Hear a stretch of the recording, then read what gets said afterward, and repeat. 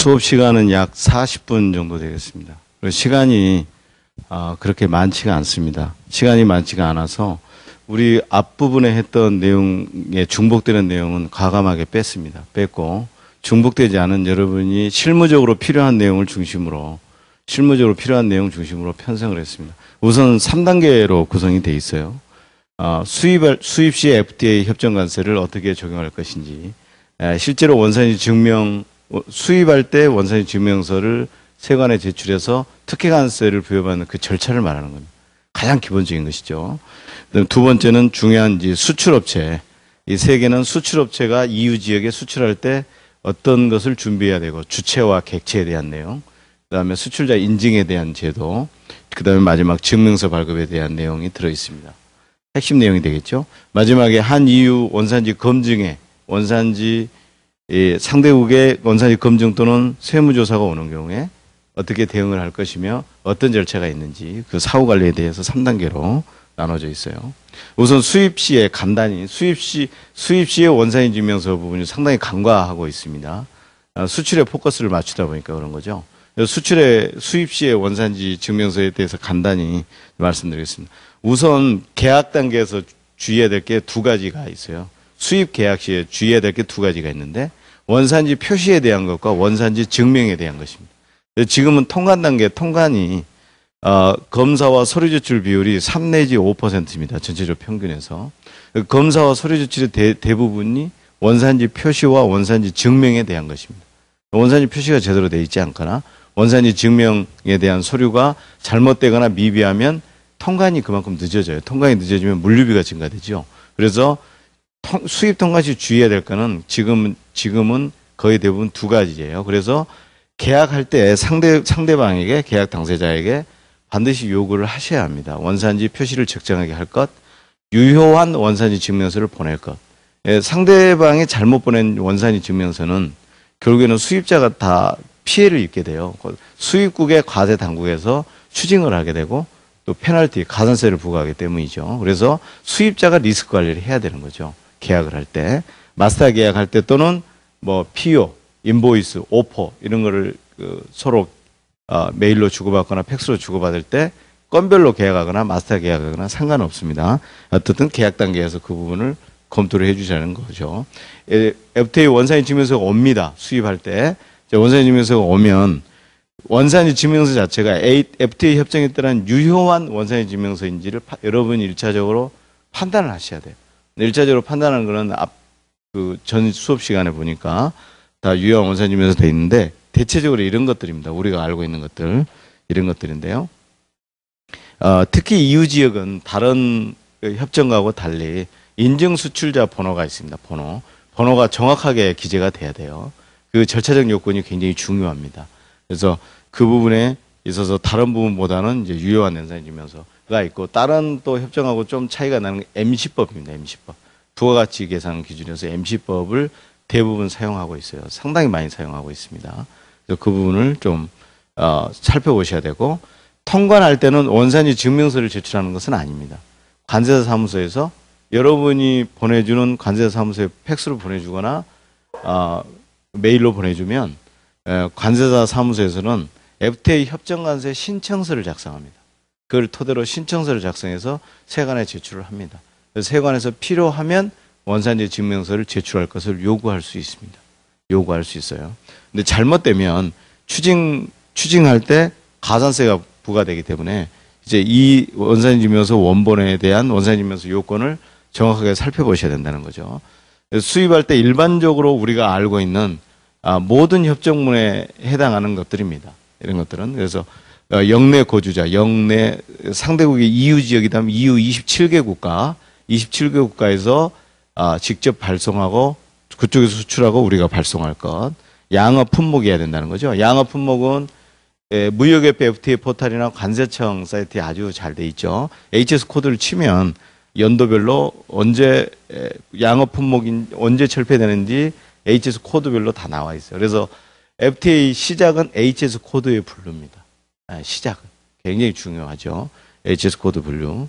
그래서 거래하는 관세사나 관세청 사전심사 관세청의 그 사전심사 서비스가 있어요. 이용해서 품목 분류 코드를 잡으셔야 되죠. 특히 주의해야 될 거는 HS 코드는 상대국에서 HS 코드를 분류해 준 것대로 우리가 그대로 적용해서는 안 된다는 것입니다. 그래서 HS 코드는 HS 6단위까지는 세계 공통이지만 그 HS 6단위를 적용하는 것은 별개입니다. 적용하는 것은 각 나라마다 달리 자국별로 자국의 세법에 의해서 달리 적용할 수 있도록 돼 있어요. 그래서 양어 대상 품목을 검색할 때 HS 기준이 굉장히 중요하다는 거예요. 최근에 핸드폰에 DMB TV 기능이 들어 있어요. 핸드폰의 TV 기능. 우리가 보면 핸드폰이지 않습니까? 그죠? 핸드폰입니다. 핸드폰은 기본적으로 통신 장비입니다. 간세율이 0세율입니다. 핸드폰이거나 핸드폰의 부품은. 그런데 그 다른 나라에 최근에 이제 다른 나라 사례인데요. 수출했을 때 그 나라는 TV로 분류를 했어요. TV. DMB 폰을 TV로 본 거죠. 그러니까 어떤 세번에 적용할까 하는 거는 각 나라의 과세권의 문제하고 연관이 되기 때문에 상대국에서 참조 세번으로 HS 인보이스에 기록에서 들어온다 하더라도 그거는 참고에 불과하고 우리나라에서 다시 HS 코드를 검토를 하셔야 된다는 겁니다. 다시 하셔야 되고 세 번째 원산유 규정은 일반적인 이제 원산유 규정입니다. 일반 기준과 품목별 기준이 있고요. 다 아시고 운송 기준은 직접 운송 원칙이 적용되는 거죠. 직접 운송 원칙이 적용되지 않는 거는 환적을 이용 환적 일시 전시 또는 세관 당국을 벗어나지 않는 상태에서 제3국을 경유하는 것 그것만 인정이 되는 거예요. EU 지역에 특히 EU 지역은 27개 국가나 되잖아요. 그런데 27개 국가 인보이스는 뭐 프랑스에서 왔는데 물품의 선적은 영국에서 했다. 그거는 상관없습니다. 27개국 다 영내 국가에서 27개 국가 영내 국가에서 물품을 보내는 것과 인보이스를 보내는 것이 다르더라도 EU 지역은 크게 상관없습니다. 그러나 원칙적으로는 그 당의 영내국에서 직접 우리나라에 들어와야 하고 수출할 때도 마찬가지입니다. 일반적인 절차 요건입니다. 절차 요건은 특히 양식이에요. 양식. 그래서 서명권자 중요하죠. 영상의 증명서에 작성한 서명권자 중요하고 그 다음에 원산지 증명서 양식입니다. 양식. 그래서 자율 발급 방식인지 기관 발급 방식인지 정확하게 보셔야 되고 자율 발급 방식임에도 불구하고 기관 발급 양식을 보내면 원산지를 부인하도록 돼 있어요. 부인하도록. 특히 우리가 얼핏 생각하면 기관 발급해서 보내주면 상대국에 더 신뢰감이 있을 것이다라고 얼핏 생각하기 쉽잖아요. 그렇지가 않습니다. 협정에 정해진 명확한 발급 방식을 지켜야 합니다. 그래서 특히 자율 방식 한 에프타 유럽 4개국하고 한 EU 지역 자율 발급 방식이죠. 한미 자율 발급. 한 칠레도 자율 발급이지만 한 칠레 같은 경우는 원산지 증명서 양식이 별도로 있죠. 나머지 한 에프타와 한 EU는 원산지 신고서 문안만 작성하면 되는 거죠. 문안, 세 줄 들어있는 문안. 각 국가의 코드와 세관 수출자 인증번호만 정확하게 기재하면 되죠. 그래서 원산지 신고 문안만 기재해서 대부분 인보이스에 기재를 하죠. 인보이스에 기재해서 보내면 된다. 절차 요건 중요하죠. 이런 것들은 대부분의 협정문이 거의 동일합니다. EU 지역은 인증 수출자라는 것이 하나 더 있다는 걸 조심하시면 되죠. 일반적으로 세율의 적용 순위는 원산지 증명서를 가져오는 경우에는 다른 대부분의 세율보다 우선하여 적용합니다. 그런데 한 아세안 FTA, 싱가포르 FTA 있죠. 원산지 증명서가 2개에 다 해당이 되는 경우가 있어요. 2개 국가에 다 해당되는 경우. 그런 경우에는 가장 유리한 것을 적용합니다. 수입 기업에 가장 유리하고 낮은 것을 적용하죠. 그런데 FTA 특례 세율이 만약에 3%이고 WTO 일반 양어 관세율이 0%라면 FTA 특례 세율을 적용하면 안 되겠죠. WTO 양어 세율이 더 낮으니까 가장 낮은 것을 적용하면 돼요. 낮은 것을 적용합니다. 실제 WTO 양어 세율, IT 협정에 의한 특혜 세율, 또 일반 다국 간 협정 세율이 있어요. FTA 세율이 아닌 세율임에도 불구하고 0%이거나 낮은 세율이 있어요. 그런 품목들은 굳이 원산지 증명서를 상대방에게 요구하지 않아도 돼요. 그래서 FTA를 적용할 때는 맨 처음에 해야 될 일은 HS 코드를 분류하는 것이고 정확하게 그 HS 코드를 관세청 사이트나 무역협회 사이트에 쳐서 기본 세율과의 차이를 확인하는 것입니다. 기본 세율 또는 WTO 양어 세율, 우리나라에서 적용되는 실행 세율과 FTA 세율과의 크게 차이가 없거나 차이가 나는데 적용하는 것이 생산 기지를 이동하거나 너무 기회비용이 많이 들면 차라리 원산이면서를 원산 FTA 특혜 세율을 적용하지 않는 것이 더 나을 수도 있어요. 그래서 전략적으로 맨 처음에 검토할 거는 특혜 세율과 관세법상의 실행 세율과의 얼마나 차이가 있는지, 특혜는 얼마나 보는지 그것을 확인하는 것입니다. 그래서 확인해서 가장 낮은 세율을 적용하시면 된다. 통관할 때 통관하기 전과 후가 조금씩 차이가 있다는 것을 여러분에게 알려드리기 위해서 두 가지가 있죠. 일반적으로 통관 단계에서는 지금 수입 통관시입니다. FTA 협정관세 신청서가 있어요. FTA 협정관세 신청서를 작성해서 세관에 제출하면 되고 수입 면장에 원산지 증명서 유무에 yes 세율을 기재하면 돼요. 원산지 증명서를 제출하지 않습니다. 제출하지 않아요. 그럼에도 불구하고 사후에 원산지 증명서가 입수되는 경우가 있어요. 사후에 1년 이내에 원산지 증명서를 제출할 수 있고 사후에는 환급을 받으면 돼요. 사후에 원산지 증명서가 오죠. 사후에 환급 신청하면 되고 통관할 때는 세금을 다 내야 되죠. 우선 세금을 내야 되고 예전에 의사표시 제도가 있었어요. 근데 의사표시 제도는 폐지됐어요. 그냥 그럴 수 있죠. 뭐 EU 지역 말고 태국 지역 같은 경우에는 물건이 먼저 도착하고 시효가 나중에 도착하는 경우가 빈번히 발생합니다. 그런 경우에는 우선 통관할 때 세금을 내야 되겠죠. 원산지 증명서가 없으니까요. 그리고 나중에 환급을 받으면 돼요. 증명서 와서 당초의 수입 필증과 경쟁 청구서. 그다음 세관에서 필요하면 원산지 확인 서류를 요구할 수 있어요.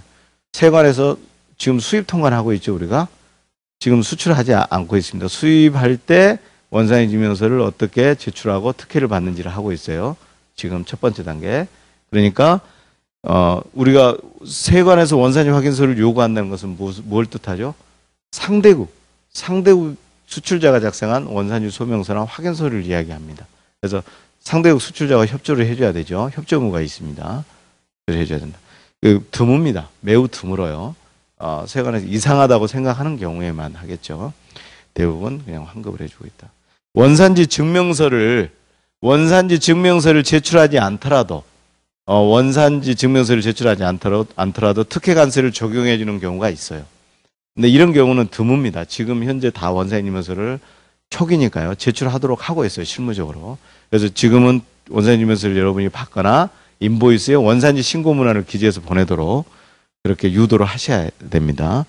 이런 경우 1000불 이하 소액이죠.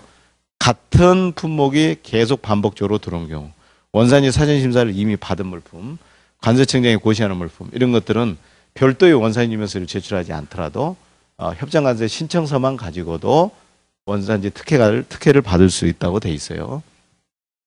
원산지 사전심사는 어떤 경우에 여러분이 활용하시냐면 그 원산지 사전심사 밑에 하나 더 여러분이 가필로 해놓으십시오. 원산지 예비 진단 서비스, 예비 진단 서비스 하나 더 기재를 해놓으세요.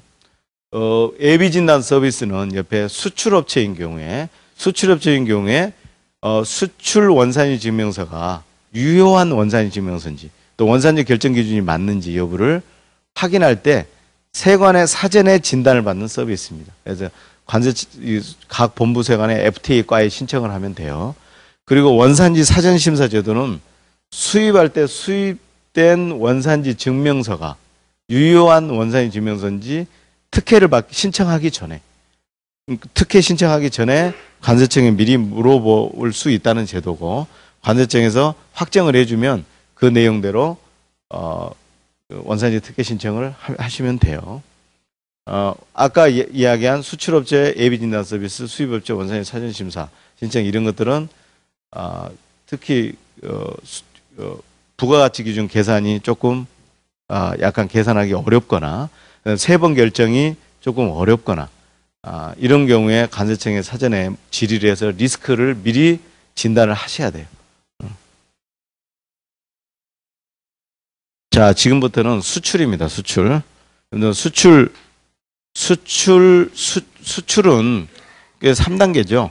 수출 물품이 원산지 기준에 충족됐는지 여부가 제1단계의 확인이죠. 자, 두 번째는 수출 인증 수출자를 받아야 합니다. EU 지역인 경우. 자, 세 번째 원산지 증명서 발급입니다. 원산지 증명서 발급은 아까 말씀한 대로 자율 발급 방식으로 발급하게 되죠. 자, 원산지 결정 기준인데요. 일반적으로 우리가 알고 있는 완전 생산 기준은 전적으로 그 한 개국 내에서 수행하는 경우, 농림, 축수산물, 방산물, 1차 상품인 경우에 대부분 완전 생산 기준, 다른 나라를 거치지 않았다는 뜻입니다. 다른 나라를 거치지 않고 그 나라에서만 완전히 생산되어야 그 나라가 원산지다라는 뜻입니다. 실질적 변형 기준 2개국 이상 거쳐서 들어오는 경우죠. 들어오는 경우에 원산지 결정 기준은 어떻게 할 건가? 보충 기준 이런 것들이 있습니다. 완전 생산 기준은 아까 말씀드린 대로 1차 상품에 대해서 대부분에 적용되는 것입니다.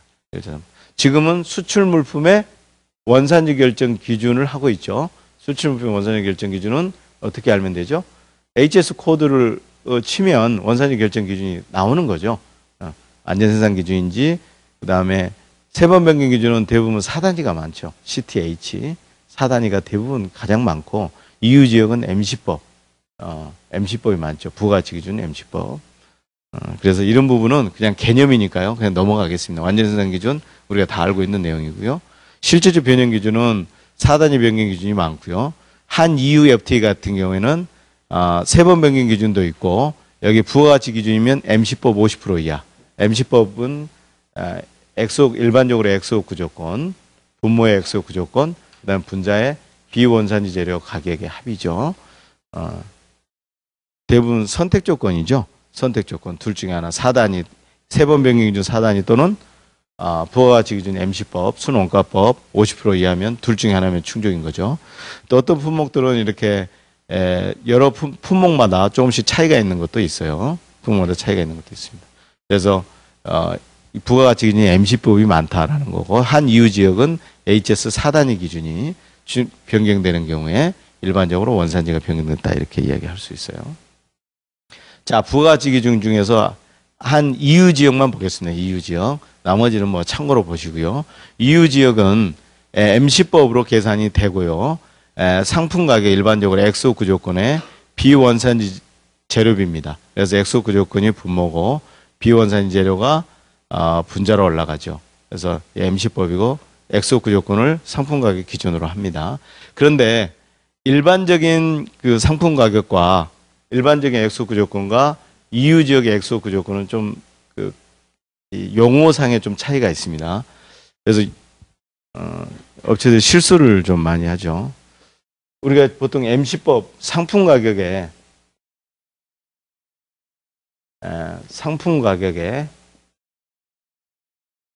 비원산지 재료의 합 이렇게 돼 있잖아요.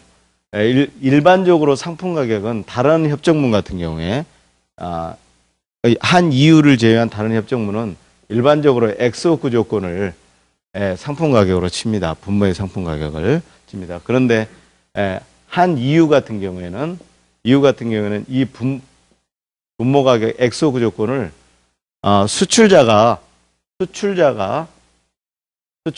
생산자에게 수출자가 그 물품을 수출하기 위해서 수출자가 생산자에게 지불한 가격이다. 이렇게 엑소 구조권을 정의하고 있습니다. 비원산지 재료의 합. 똑같아요. 그래서 이 부분이 다른 협정문하고 가장 틀린 거예요. 가령 예를 들어보면 이런 경우일 수 있겠죠. 비원산지 재료가 40이라고 가정. 비원산지 재료가 원산지 재료가 40. 그러니까 이 경우하고 이 경우가 다르다는 것을 말씀을 드리는 거예요. 다르다는 것을. 이 비원산지 40, 나머지 60은 뭐 원산지 재료겠죠, 당연히. 원산지 재료겠죠. 그래서, 이제 생산을 합니다. 그래서 일반적으로, 수출자하고 생산자가 동일한 경우가 있고, 생산자가 생산을 한 다음에 국내에서 생산자가 생산한 다음에 수출자에게 국내 로컬로 이렇게 공급하는 경우가 많이 있죠. 2, 3차 벤더들이 마지막 수출자에게. 근데 수출자가 큰 회사들은 수출자와 생산자가 동일한 경우도 있잖아요. 그죠? 그래서 있는데 그래서 생산한 다음에 선적을 합니다. 아까 상대국에서 선적을 해요. 일반적인 선적 기준 FOB 기준이죠. FOB 기준. 그래서 우리가 부가가치 기준 계산할 때 일반적으로 FOB가 여기 오는 경우도 있죠. 그러면 FOB 기준 선택하면 되는데 자, 이 프로세스의 숫자를 그냥 대입해 봅니다. 그래서 비원산지 40 가지고 62 원산지 재료 가격이니까 100원이네. 생산 원가가요. 그래서 생산자 이윤이 20원 남겼으면 수출자한테 넘어가는 가격은 120원 정도 되겠죠. 그 다음에 수출자와 생산자는 본인이 생산하고 수출했으니까 본인이 120원 이렇게 되겠죠. 그 다음에 국내 운송비는 다 엑스워크 조건은 국내 운송비를 다 빼도록 돼 있죠. 그래서 국내 운송비 15,000원 정도라고 가정해보죠. 그러면 FOB 기준의 가격은 125 동일합니다. 그죠? 125. 이거 동일하죠? 125. 그런데 자, 일반적인 엑스워크 조건의 MC법을 계산해 보죠. 자, MC법. 일반적인 MC법은 이 120원 있죠? 120원. 이 120원이 엑스워크 조건이에요. 120원. 120원. 그죠? 일반적인 엑스워크 조건은 국내 운송만 제외하는 거예요. 국내 운송만 제외되고 수출자에게 120원. 그다음 비원산지 재료 합이 얼마죠? 비원산지 재료 40이잖아요. 40. 그다음에 우리 한 EU FTA 같은 경우는 아까 뭐라고 그랬죠? 이 분모가 같은 엑스워크 조건이지만 엑스워크 조건을 정의하기를 수출자가 수출하기 위해서 생산자에게 지불한 가격이라고 되어 있으니까 수출자가 수출하기 위해서 생산자에게 지불한 가격은 얼마죠? 100이에요. 100. 100이란 말이에요. 100. 이 사람이 20원 마진을 남겼기 때문에 100. 똑같이 40 이렇게 되겠죠. 40. 이게 약 33% 정도 되죠? 대략. 이게 40% 정도 되죠. 그럼 만약에 MC 조건이 어떤 품목의 MC 기준값이 35% 이하다. MC가 35% 이하야만이 FTA가 충족됐다라고 한다면 이거는 FTA가 충족된 게 아니죠. 이건 한국산이 아니고 이거는 한국산이죠.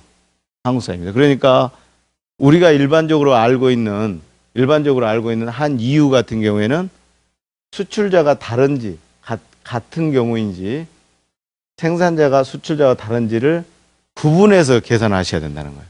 구분하셔서. 일반적인 엑스워크 조건은 그냥 최종 엑스워크 조건만 하면 돼요. 그냥 120이에요. 맞지? 그러나 EU는 뭐라고 그랬죠? 생산자가 다른 경우에는 그 생산자에게 지불한 100원. 생산자가 납품한 가격이 100원이니까 100원을 분모 가격으로 해야 된다는 거예요. 그래서 그게 차이가 있어요. 다른 큰 차이입니다. 다른 다른 협정문하고 MC법이 많으니까요. 꼭 개념 정리를 하셔야 돼요. 개념을 우리가 알고 있는 인코톱스 조건의 엑스워크 조건은 다르잖아요. 인코톱스 엑스워크 조건은 국내 운송비만 뺀 수출자 손을 떠난 가격이죠. 일반적으로. 근데 EU 지역의 엑스워크 조건은 그게 아니고 수출자가 수출하기 위해서 국내 생산자에게 구매한 100원, 자기가 구매한 100원이 분모 가격으로 간다라는. 그거를 이제 A시로 이렇게 들어갔다는 거죠. 그래서 MC 기준값이 어떤 품목의 841410 펌프 경우에는 MC 기준값이 50입니다. 50. 50일 때, 이거는 50 이하인 경우에 적용하니까 한국산으로 인정이 되고, 이거는 한국산으로 인정이 안 되죠. 이게 MC 값이 높잖아요.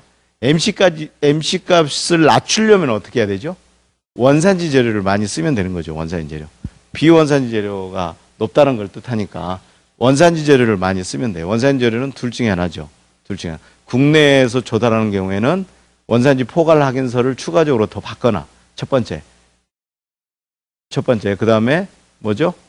해외에서 수입하는 경우에는 원산지 증명서를 받거나 해외 시효를 받거나 국내 로컬 시효를 받거나 둘 중에 하나 비율을 늘려야 되죠. 늘려야 됩니다. 자, 미소 기준은 이미 뭐 다 아실 테니까 개념만 간단히 설명할게요. 이유 지역은 약간 독특하게 돼 있다는 것을 말씀드리려고 하는 거예요. 다른 것들은 일반적으로 미소 기준은 뭐죠? 전체 제품 가격, 일반적인 공장도 가격이라면 엑소크 조건 가격이죠. 분모에. 엑소크 조건의 가격에 10%가 되지 않는 원자재는 그거는 무시해도 된다는 뜻입니다. 보통 HS 4단위가 원재료와 완제품과의 관계에서 HS 4단위가 변경되어야 원산지로 인정이 되잖아요. 그런데 HS 4단위가 변경되지 않았어요. 어떤 원자재는. 하나의 품목만 변경이 되지 않더라도 원산지 불인정이죠. 3번 변경 기준 같은 경우. 그런데 그 하나의 품목이 원재료가 가격이 10% 미만이면 전체 가격의 10% 미만이면 그건 무시해도 된다. HS 4단위. 이거는 상당히 중요합니다. 실무상.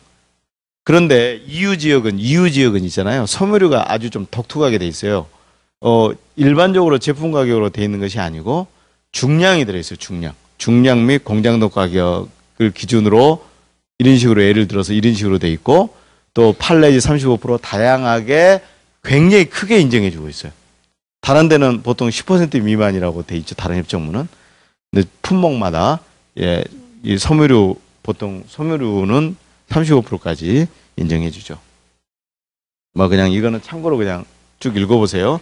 누적 기준 같은 경우는 영국에서 부품을 80% 정도 가공해서 우리나라에 들어와요.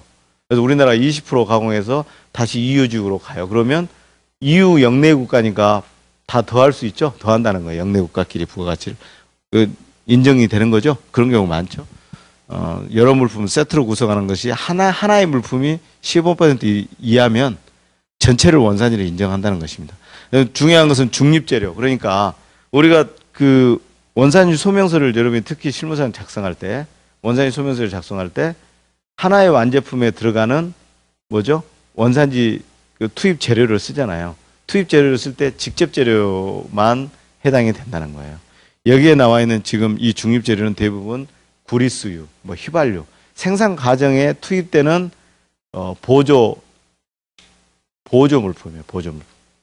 이런 것들은 고려하지 않는다며. 그걸 기재하지 않는다. 그러니까 BOM에 기재해서는 안 된다는 거죠. BOM에 기재해서는 안 된다. 이 기재되어 있는 경우가 있어요. 하다 보면 안 된다는 것이죠. 물론 원가에는 포함되죠. 생산 원가에는 포함되지만 BOM 원산지 소명서에는 직접 재료비만 포함을 시키셔야 된다. 직접 운송 기준이죠. 근데 아까 말씀드린 세관 통제 하에 있는 단순 한적의 경우에는 직접 운송으로 인정이 된다. 이 정도로. 지금 앞부분에 한 거는 일반적인 원산지 기준이에요. 수출할 때 우리가 알고 있는 원산지 기준인데 HS 코드를 정확하게 3번을 잡아서 완제품의 HS 코드, 원자재 HS 코드를 잡아서 각 그 코드별로 원산지 결정 기준을 찾아보면 되죠. 무역협회 사이트나 관세 사이트에 찾아보면 되는 거예요. 찾아보면 세율의 그 증가폭과 기준이 나와 있죠. 그래서 그렇게 획득을 했단 말이죠. 계산까지 했어요. 이제 인증 수출자를 받아야 돼요. 세관에 신청해서 자 6,000유로를 초과하는 물품은 인증 수출 번호가 6,000유로면 하나로 한 900만 원 정도 됩니까? 저거를 헷갈리시면 안 되죠.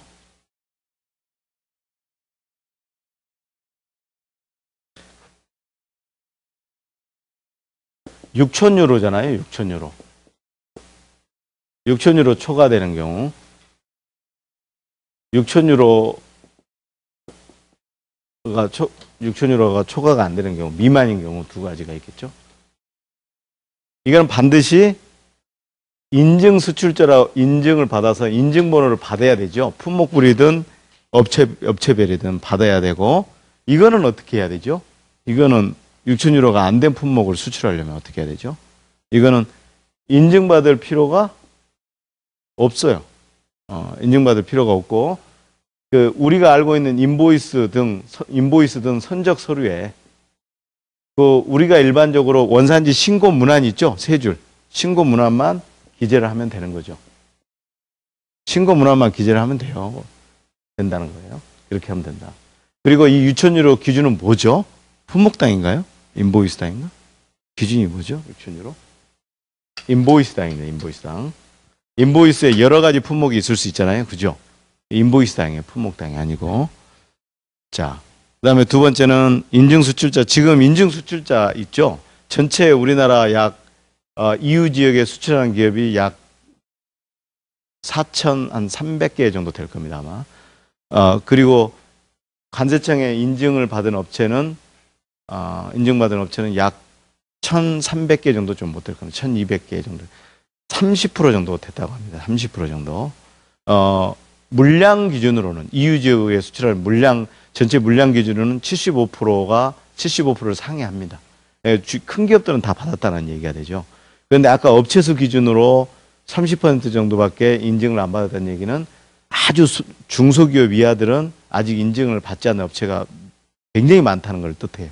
그죠? 그래서 7월 1일부터 발효된 이후부터라도 최초 선적하기 전까지 선적할 때 보내야 되니까요. 선적할 때 보내야 되니까 최초 선적하기 전까지 꼭 관세청에 상의하거나 관세사 회에 문의를 하셔서 인증을 받으시기 바랍니다.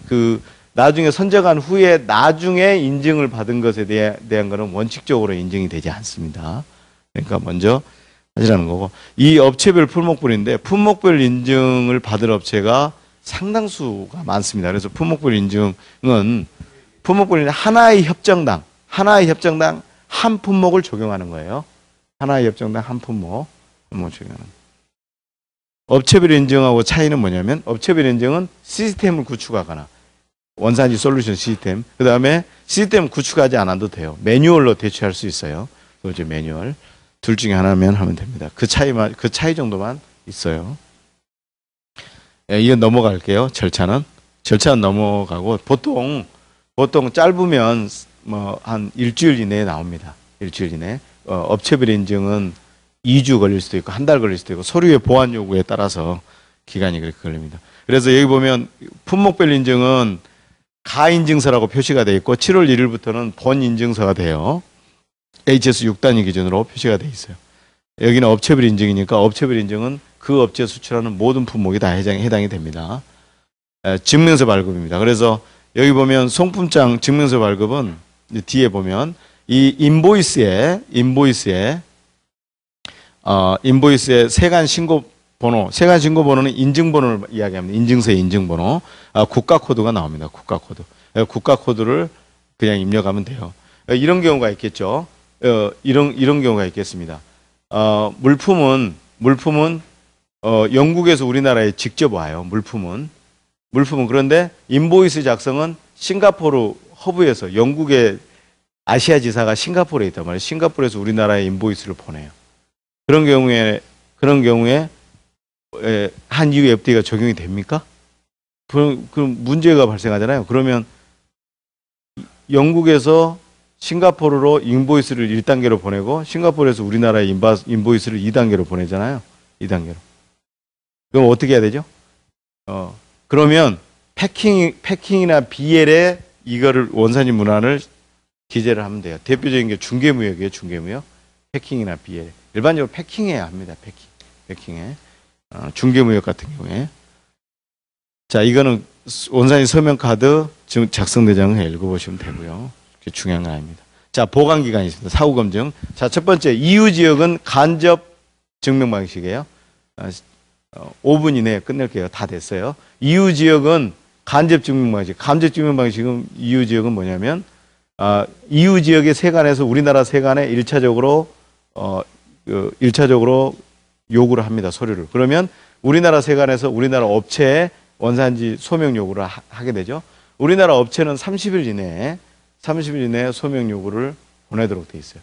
반대의 경우 우리나라 세관에서 상대국 EU 세관에 원산지 소명을 요구할 수 있어요. EU는 EU 국가 세관에서 조사를 한 다음에 10개월 이내에 우리나라 세관에 통보하도록 돼 있어요. 자, 업체는 30일 이내에 세관에 소명 자료를 제출해야 되고 30일 이내에 소명 자료 우리나라 세관에.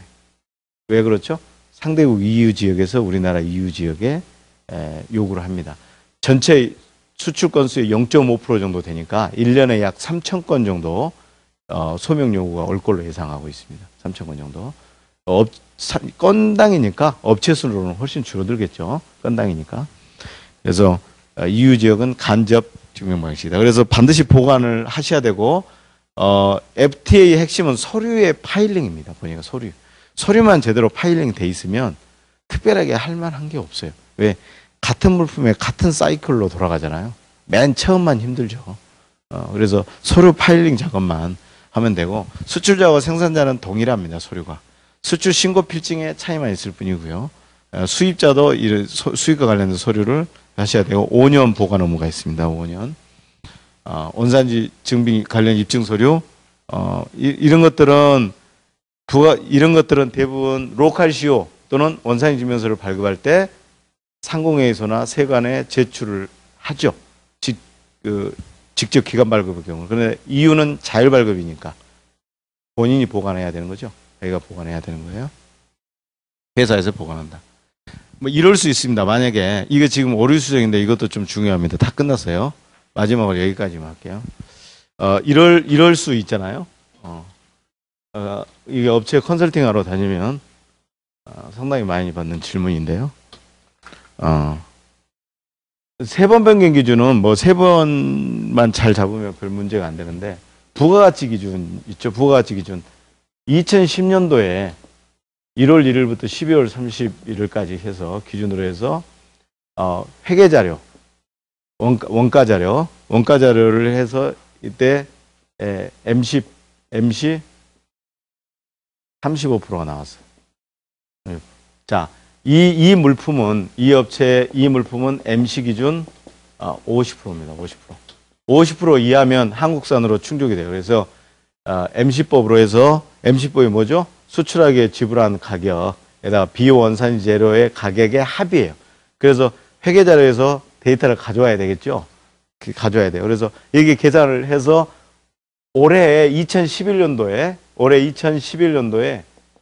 10건을 발행을 해서 상대방한테 줬어요. EU 지역의 상대방에게 주고 올해 2011년도 12월 31일 실제 이걸 결산을 해보니까 수입 원자재 가격이 굉장히 상승한 거예요. 수입 원자재 가격이 늘어나면 어떻게 되죠? MC가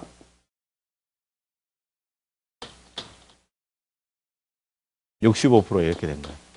계산해 보니까. 그러면 어떻게 되죠? 그 잘못 발행된 거죠? 10건이 잘못 발행된 거예요.